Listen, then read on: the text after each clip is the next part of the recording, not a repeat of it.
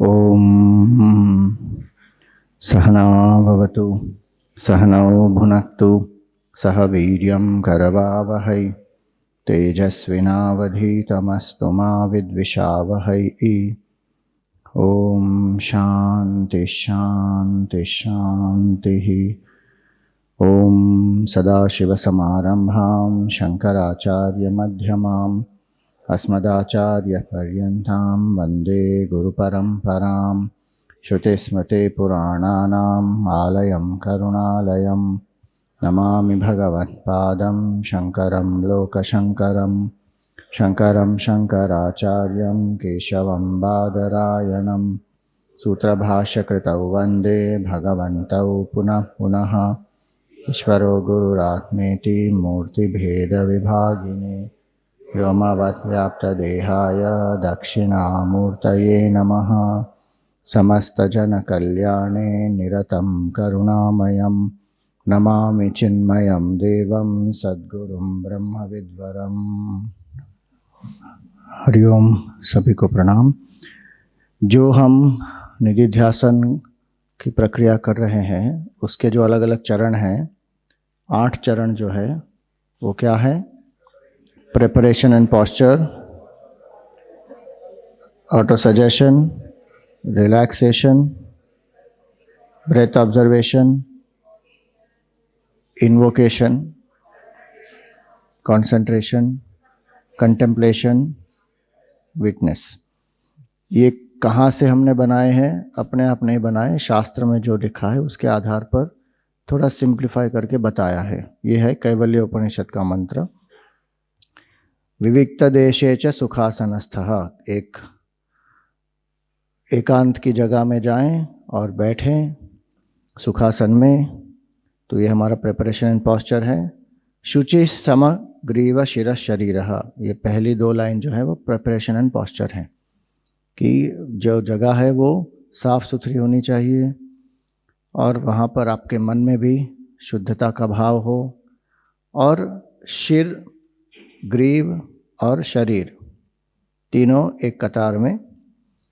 अत्याश्रमस्थः मतलब मैं केवल एक साधक हूँ, ब्रह्मचारी, गृहस्थी, वानप्रस्थी कोई नहीं, मैं केवल भगवान का उपासक हूँ, साधक हूँ, भक्त हूँ। सकलेन्द्रियाणि निरुध्य, सभी इंद्रियों को निरुद्ध करना है। और भक्त्या स्वगुरुम प्रणम्य, भक्ति से अपने गुरु को प्रणाम करें। तो सकलेन्द्रियाणि निरुध्य में आ जाएगा ब्रेथ ऑब्जर्वेशन, फिर स्वगुरुम प्रणम्य में आ जाएगा इन्वोकेशन, फिर हृत्पुंडरीकम विरजम विशुद्धम, अपने हृदय में या यहाँ पर आत्मचिंतन करना है। यहाँ पर जप के बारे में नहीं बताया क्योंकि ये उपनिषद है। यहाँ पर सीधा निधिध्यासन के बारे में बताया है जो हम कल देखेंगे। ये जो लिखे हैं यहाँ पर शब्द, ये आत्मा के लक्षण हैं। विरजम, विशुद्धम, विचिन्त्य मध्य, विशदम, विशोकम। तो हृत्पुंडरीक मध्य, अपने हृदय में ये आत्मचिंतन करना है। क्या? कि मेरा स्वरूप आत्मा है, रजोगुण से परे है, विशुद्ध आत्मा है। और विशदम विशोकम, शोक के पार है। तो ये मेरा स्वरूप है। तो ये जो 8 चरण हैं ये इसी से हमने प्रेरित होकर बनाए हैं। तो आज वापस हम क्या करेंगे? ओमकार का ही ध्यान करेंगे। ओमकार क्या है? एक सबसे पहला, पूरी सृष्टि में जो सबसे पहले उत्पन्न हुआ वो है ओमकार। उसको कहते हैं प्राइमॉर्डियल साउंड। और ये ऐसा परमात्मा का ही स्वरूप है। ओम इति ब्रह्मा उपनिषद में आता है, ओम ब्रह्म ही है। और पुराणों में क्या कहा गया कि ब्रह्मा जी की जब उत्पत्ति हुई महाविष्णु के नाभि से, तो पहले जो 2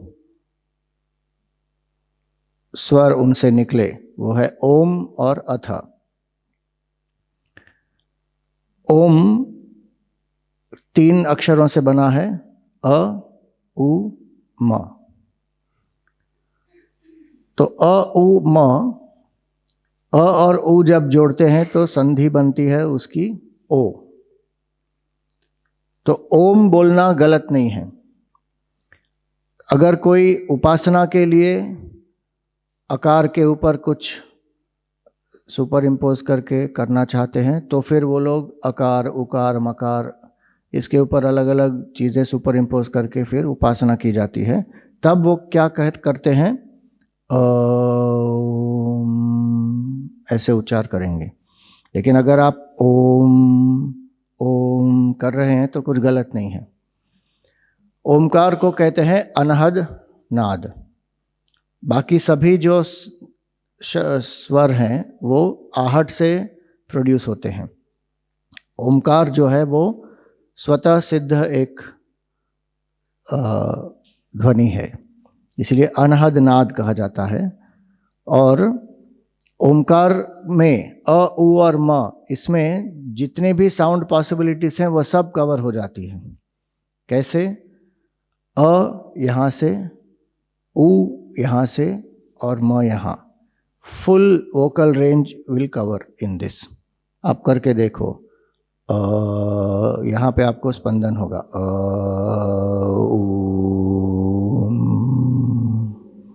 ऐसे आएगा वो। कई लोग जो करते हैं फिर उनकी नाभि से भी स्वर आते हैं, वो प्राणायाम इत्यादि करते हैं।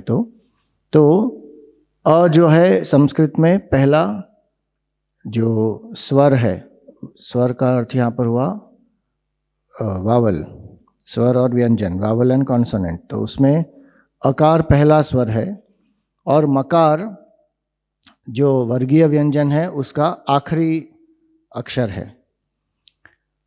तो अ और म के बीच में जितने भी अक्षर हैं they cover so many sound possibilities, और इसीलिए पूरी सृष्टि भी ओमकार स्वरूप ही देखी जाती है। पूरी सृष्टि क्या है? केवल साउंड वाइब्रेशन है। अलग अलग फ्रीक्वेंसी में जो वाइब्रेशन हो रही है वो सभी ओमकार की ही, उसके ही रूप हैं। इसीलिए ओम केवल ब्रह्म नहीं है। ओम इति इदगम सर्वम उपनिषद में कहा गया, ये सब भी ओमकार ही है। और बहुत सारे उपनिषदों में ओमकार के बारे में, उपासना के लिए, ओमकार उपासना के लिए भी एक माध्यम है और ओमकार निधिध्यासन के लिए भी परब्रह्म का स्वरूप है। तो कल जैसे हमने प्रयोग किया, आज भी जैसे करेंगे। तो ओमकार का हम जप में जब प्रयोग करते हैं तो मन को एकाग्र करने के लिए करते हैं कि मन में केवल ओमकार की ध्वनि के ऊपर हम एक फोकस करें। और अगर मन विक्षिप्त होता है तो वापस ओमकार पर अपना मन लेकर आएं। तो ये फोकस है, ये प्योरिटी के लिए, कंसंट्रेशन के लिए हम ओमकार का जप करते हैं। लेकिन उसी ओमकार पर फिर निधिध्यासन किया जाता है। तो एक स्तर पर ओम साधन बन जाता है मन को शुद्ध करने के लिए, शांत करने के लिए। और फिर उसी शुद्ध मन से जब हम ओमकार का ही उच्चार करते हुए निधिध्यासन करते हैं, तब क्या करते हैं?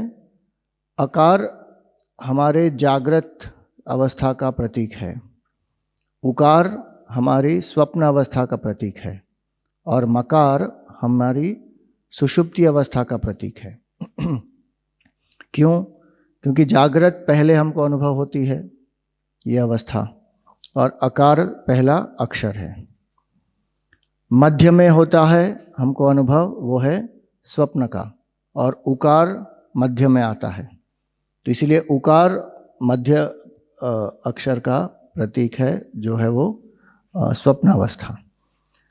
और मकार में जो है सभी साउंड लीन हो जाते हैं, ओम, उसके बाद कोई आगे हम प्रोनाउंस नहीं कर रहे हैं। इसी तरह सुषुप्ति में क्या होता है? सब कुछ लीन हो जाता है। तो मकार सुषुप्ति का प्रतीक है। और दो ओमकार के बीच में एक साइलेंस होता है, गैप होता है, उसको कहते हैं तुरीय, चतुर्थी अवस्था। अ उ म ये तो अक्षर हो गए, फिर गैप होगा, फिर वापस अ उ म, ओम ओम तो ये दो ओम के बीच में क्या हुआ? गैप। तो ये जो साइलेंस है ये तुरीय अवस्था का प्रतीक है। और इसका अर्थ क्या हुआ? ओम कहने से पहले भी साइलेंस था, ओम कहने के बाद भी साइलेंस है, और जब हम ओम कह रहे हैं तब भी साइलेंस है या नहीं है? जब ओम का उच्चार हो रहा है तब साइलेंस है या नहीं है? हाँ या ना? बहुत सारे लोगों को डाउट है। हाँ, साइलेंस हमेशा एग्जिस्ट करता है। साउंड हम प्रोड्यूस करते हैं, तो साइलेंस के आधार पर साउंड आता है जाता है, लेकिन साइलेंस हमेशा रहता है। इसी तरह ये जो चतुर्थी अवस्था है ये चैतन्य स्वरूप आत्मा का संकेत है कि अवस्थाएं आती जाती रहती हैं, जागृत स्वप्न सुषुप्ति ये आते जाते रहते हैं, लेकिन जो आत्मा है वो पहले भी है, अवस्थाओं के समय भी उसका साक्षी है, और अवस्थाएं न हो तभी भी उसका साक्षी है, तभी भी वो है वहाँ पर। तो चतुर्थी अवस्था को कहते हैं आत्मा। इसीलिए सोयम आत्मा चतुष्पाद मांडुक्य उपनिषद में आता है। ये आत्मा जो है उसके 4 चरण हैं, जागृत स्वप्न सुषुप्ति और चतुर्थी तुरीय अवस्था, जो आत्मा का प्रतीक है। तो ओमकार से फिर वो निधिध्यासन होता है कि मैं जागृत पुरुष नहीं हूँ, मैं स्वप्न पुरुष नहीं हूँ, मैं सुषुप्ति पुरुष नहीं हूँ, मैं कौन हूँ? आत्मा हूँ, जो जागृत स्वप्न सुषुप्ति के पहले भी थी, उसके समय भी है, उसके बाद भी जो रहेगी, मैं वो आत्मा हूँ। तो ये ओमकार का फिर हम निधिध्यासन के रूप में प्रयोग करते हैं। उस समय ओमकार ब्रह्म स्वरूप ही है, ओमकार हमारा ध्येय है। जब हम मन को शांत करने के लिए केवल ओमकार का प्रयोग कर रहे हैं तब वो एकाग्रता का एक साधन है। तो ओमकार क्या है? साधन भी है और साध्य भी है। ओमकार क्या है? परब्रह्म भी है और ये पूरी सृष्टि में भी व्याप्त है। सबसे छोटा मंत्र है ओमकार, इससे छोटा कोई मंत्र नहीं है। लेकिन सबसे शक्तिशाली मंत्र है ओमकार। और ऐसा नहीं है कि ओम,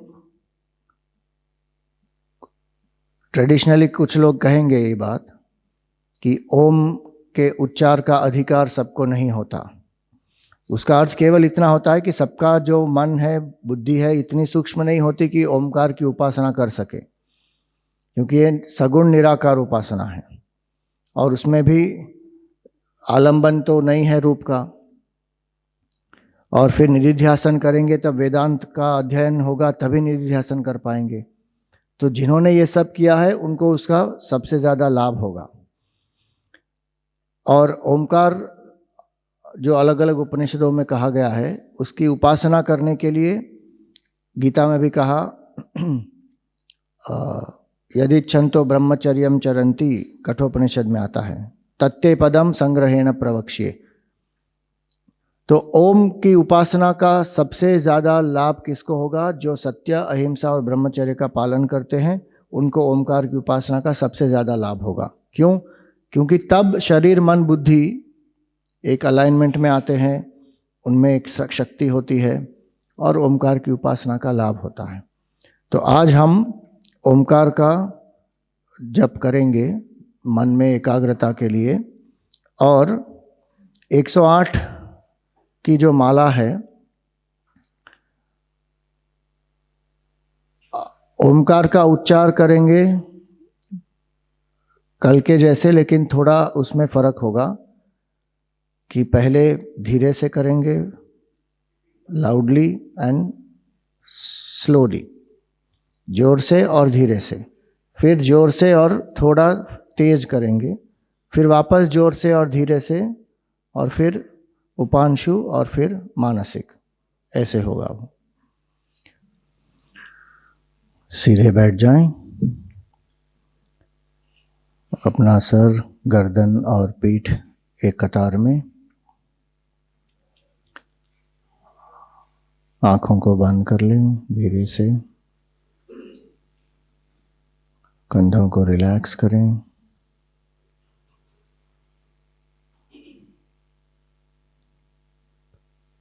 हाथों को ज्ञान मुद्रा में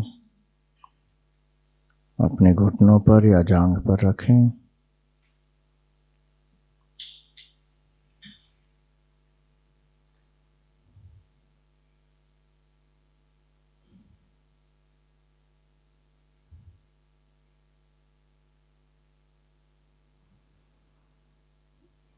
एक सुखासन में आ जाएं।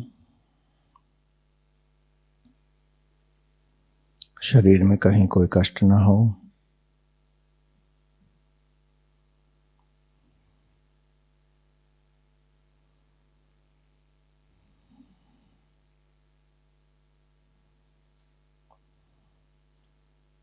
मन में शांति और प्रसन्नता का भाव, चेहरे पर एक मंद मुस्कान।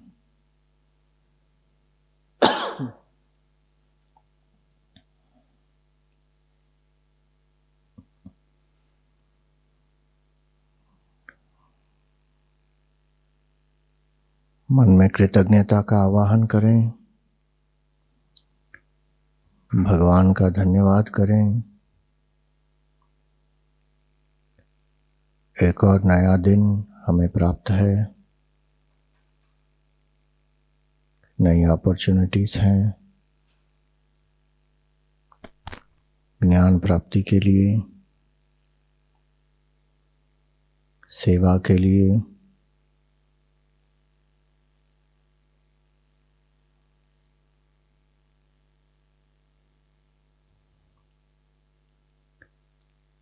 हमारे जीवन में जो कुछ हमें प्राप्त हुआ है उसके लिए भगवान का धन्यवाद करें।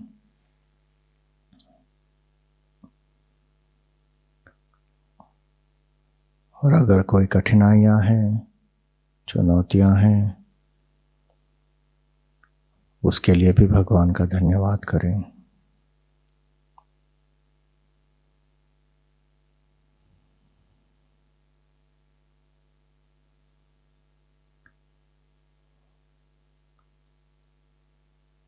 और उन पर विजय प्राप्त करने के लिए भगवान से प्रार्थना करें।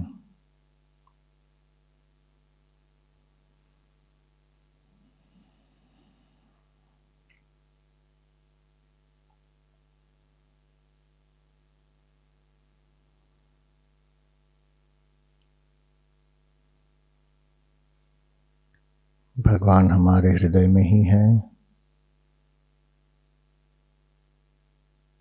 आत्मा के स्वरूप में।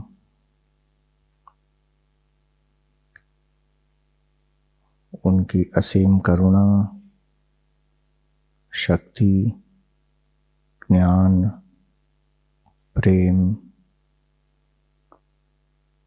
आनंद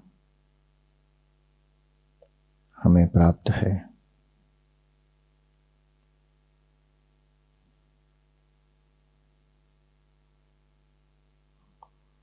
ऐसी कोई चीज नहीं जो हम साध्य नहीं कर सकते।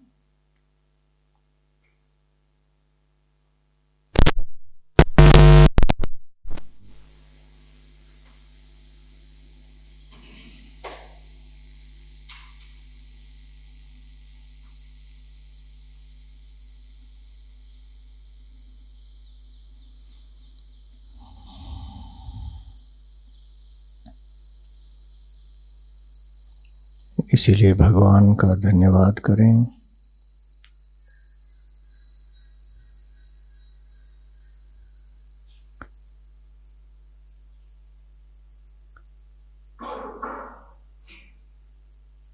मन से कोई भी भय हो उसका त्याग करें, संकोच हो उसका त्याग करें।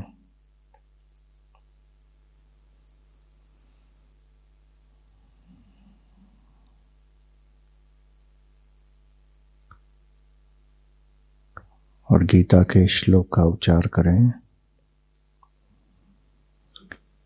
प्रशांतात्मा विगतभिः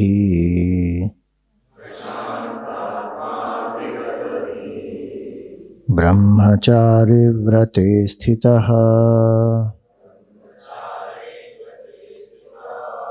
मनः संयम्य मच्चित्तः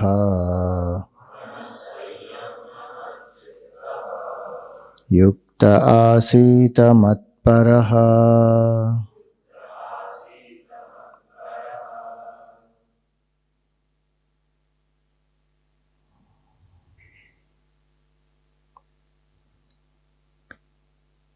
ये हुआ पहला चरण, प्रिपरेशन एंड पोस्चर।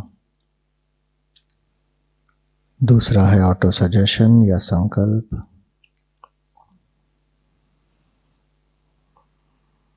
पूर्ण मनोबल के साथ अपने मन को संकेत करें, अगले 30 मिनट के लिए मैं अचल और स्थिर हूँ। अगले 30 मिनट के लिए मैं अचल और स्थिर हूँ।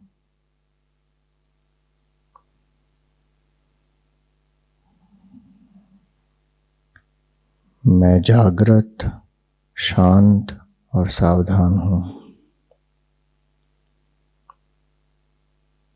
मैं जागृत, शांत और सावधान हूँ।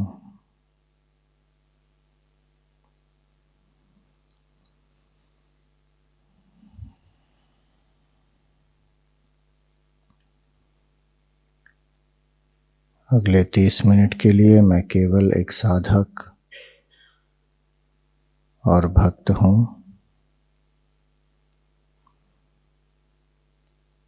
मेरा ध्येय है आत्म साक्षात्कार, भगवत प्राप्ति।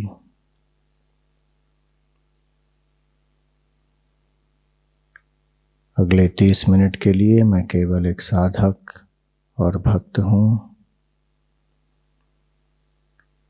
और मेरा ध्येय है आत्म साक्षात्कार, भगवत प्राप्ति।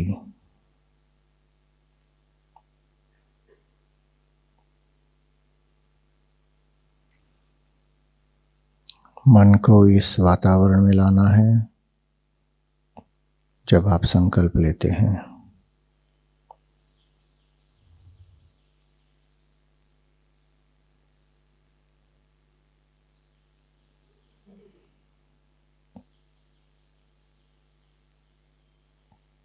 तीसरा चरण, रिलैक्सेशन।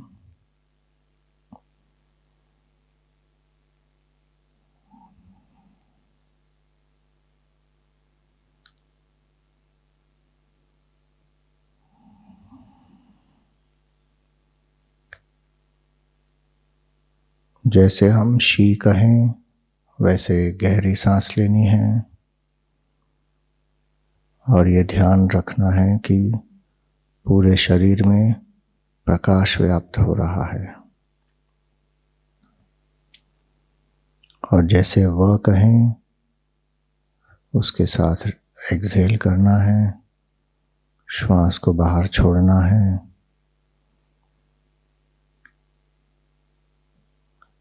और प्रकाश आपके हाथों और पैरों से बाहर निकल जाता है। और उसी के साथ शरीर में जो भी तनाव है उसका त्याग करना है।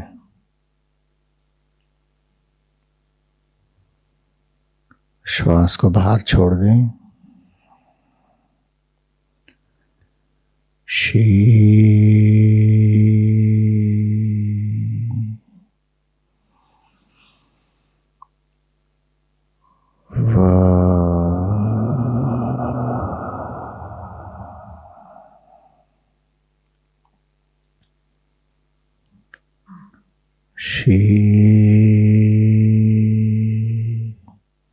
आपको शी नहीं कहना है, शी सुनते हुए आपको गहरी सांस लेनी है।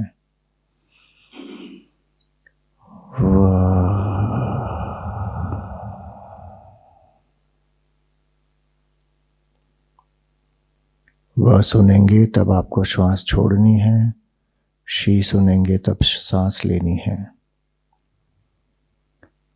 शी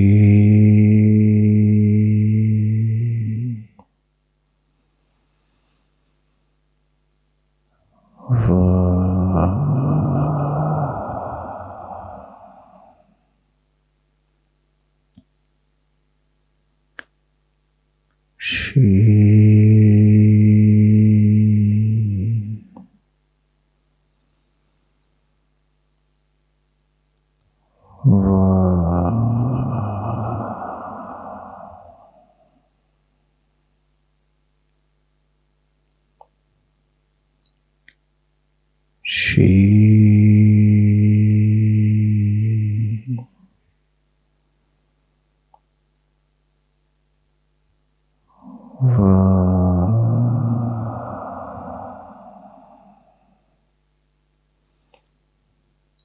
श्वास को धीरे से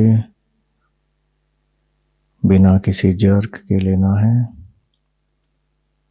धीमी सांस, गहरी सांस।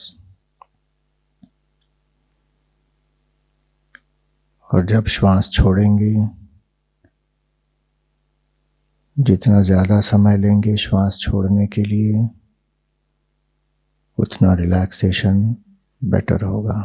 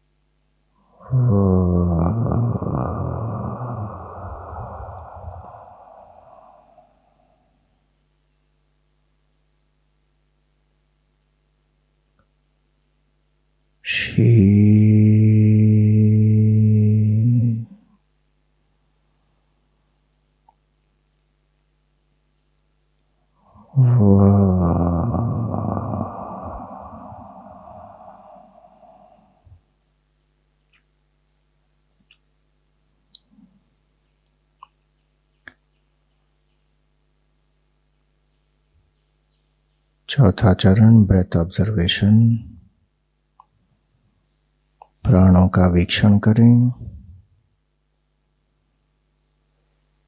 किस तरह प्राण शरीर में प्रवेश करते हैं,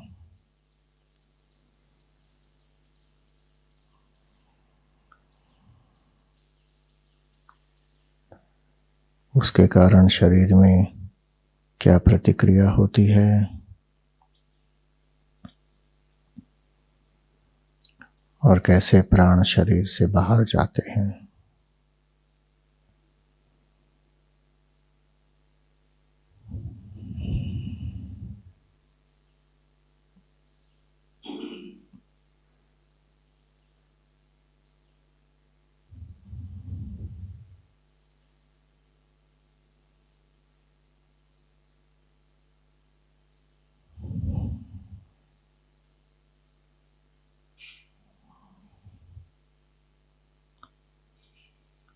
जब प्राण वीक्षण हम करते हैं तो स्वाभाविक रूप से श्वास गहरी हो जाती है।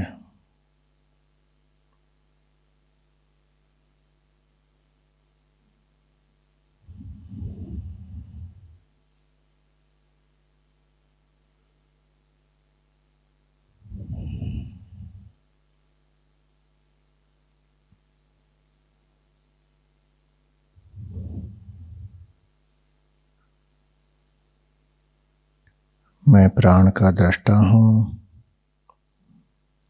मैं शरीर का भी दृष्टा हूँ।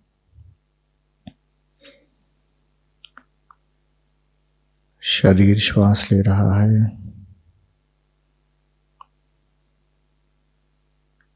मैं केवल उसका साक्षी हूँ।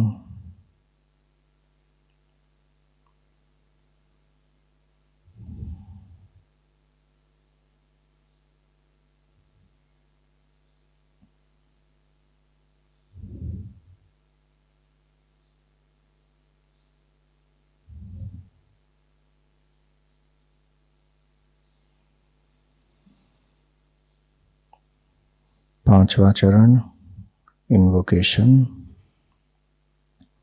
आवाहन। अपने हृदय में या अपने भ्रू के मध्य में जहाँ बिंदी या तिलक लगाई जाती है, वहाँ पर एक सफ़ेद प्रकाशमय गोले का ध्यान करें।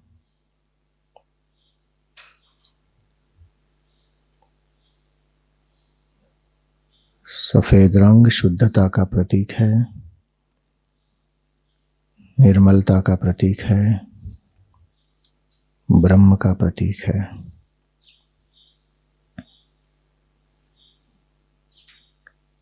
सफेद गोलाकार की कल्पना करें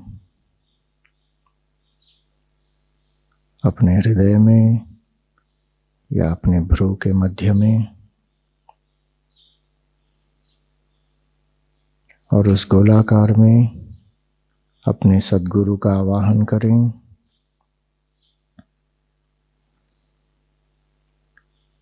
कल्पना करें कि आप अपने सद्गुरु के चरणारविंद में हैं।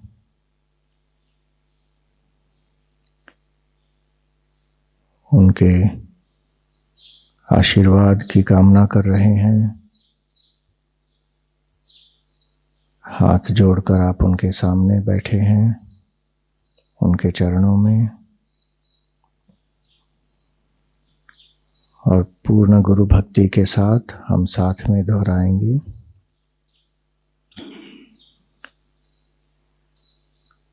गुरुर्ब्रह्मा गुरुर्विष्णुः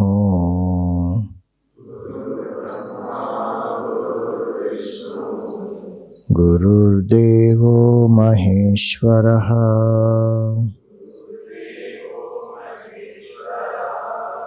गुरुः साक्षात् परब्रह्मा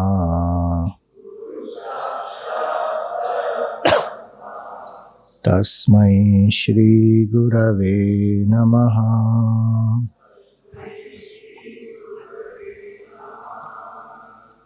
त्वमेव माता च पिता त्वमेव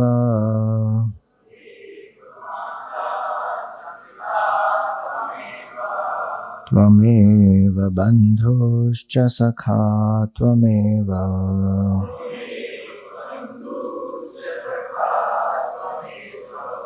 त्वमेव विद्या द्रविणं त्वमेव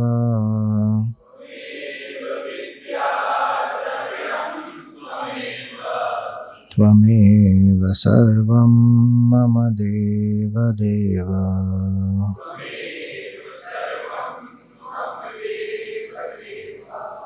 त्वमेव सर्वं गुरुदेवदेव।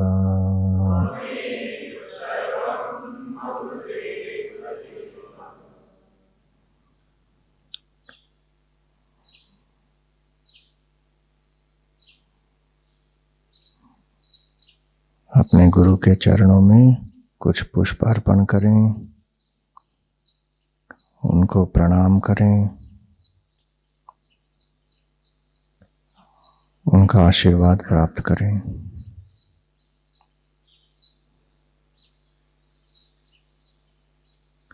कल्पना करें कि उनका हाथ आपके सर पर है और उनकी कृपा आप में व्याप्त है।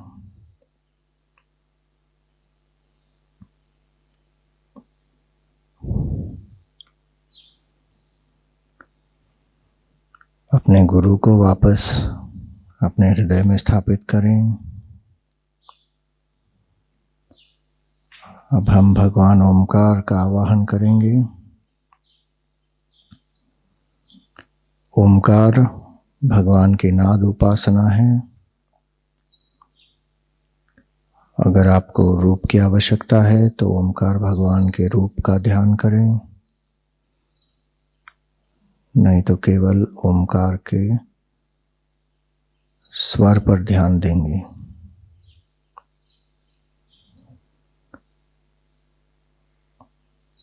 ओमकारं बिंदु संयुक्तम्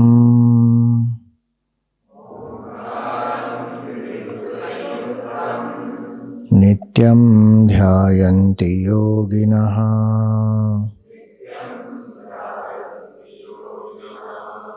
कामदं मोक्षदं चैव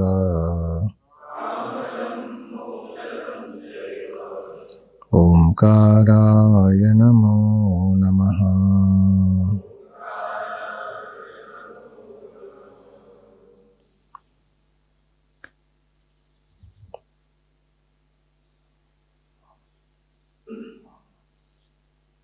ओंकार जो बिंदु के साथ संयुक्त है, जिन पर योगी हमेशा ध्यान करते हैं, जो हमारी कामनाओं की पूर्ति करते हैं,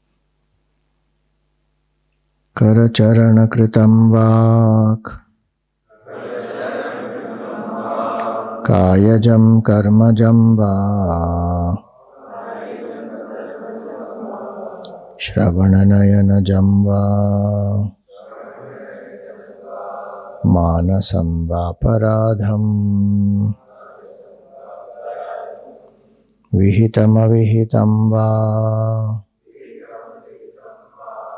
सर्वमेतत्क्षमस्व।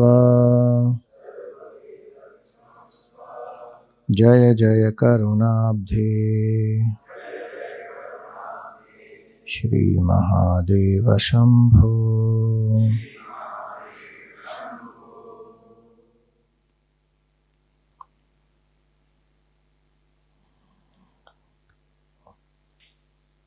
ओम सर्वे भवन्तु सुखिनः। साथ में करेंगे।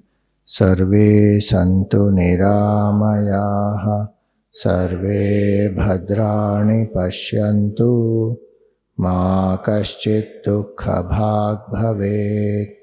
ॐ असतो मा सद्गमय तमसो मा ज्योतिर्गमय मृत्योर्मा अमृतं गमय। ॐ पूर्णमदः पूर्णमिदं पूर्णात् पूर्णमुदच्यते पूर्णस्य पूर्णमादाय पूर्णमेवावशिष्यते। ॐ शान्ति शान्ति शान्तिः। हरिः ॐ श्री गुरुभ्यो नमः। हरिः ॐ। हाथों को मलकर अपने चेहरे पर रखें।